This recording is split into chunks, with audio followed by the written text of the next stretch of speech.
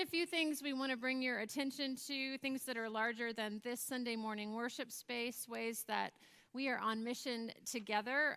A lot of that information is in your bulletin. Really good information about our deacons and Stephen ministers, part of our caring commitment to walk with you in those places that are hard, as well as other information. And you can always find a lot on our website, so I encourage you to go there as well.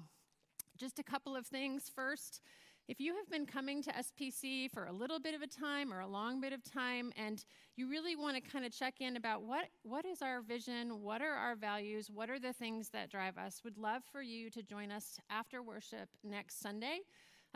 Jake and I would love to meet you, find out a little bit about your journey, and also then have a conversation around what we're doing as this community on mission together.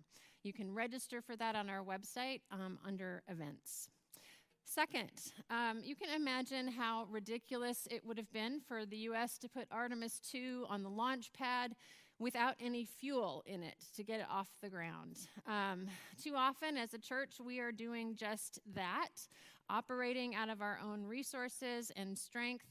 Prayer is what connects us to the Holy Spirit, to God's mission, and fuels our ministry in our life. And as a community, we are growing in prayer.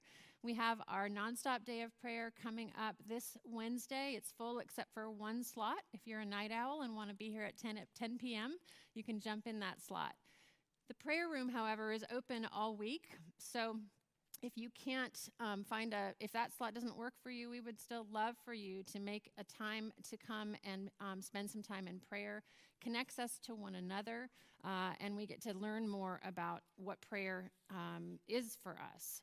So the other thing to put on your calendar is a week from Wednesday, May 6th. That is our monthly prayer service, and that's such an important time for us as a community to gather together to pray about what matters in this community and then, of course, in the world.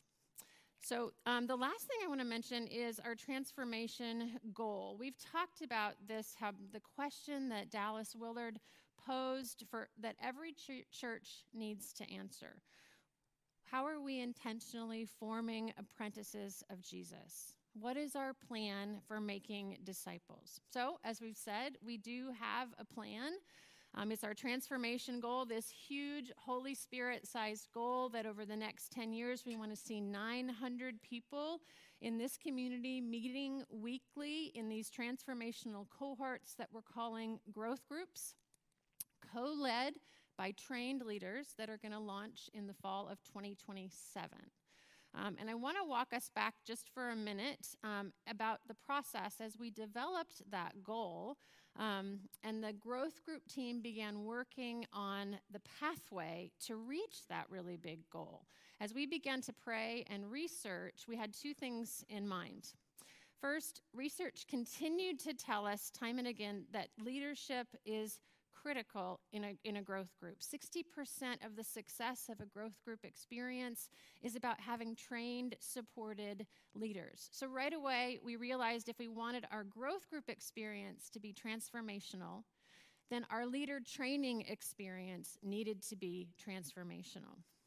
So we knew our training experience had to go deep. It had to help us dive into two questions. Who am I? And in light of that, who is God? So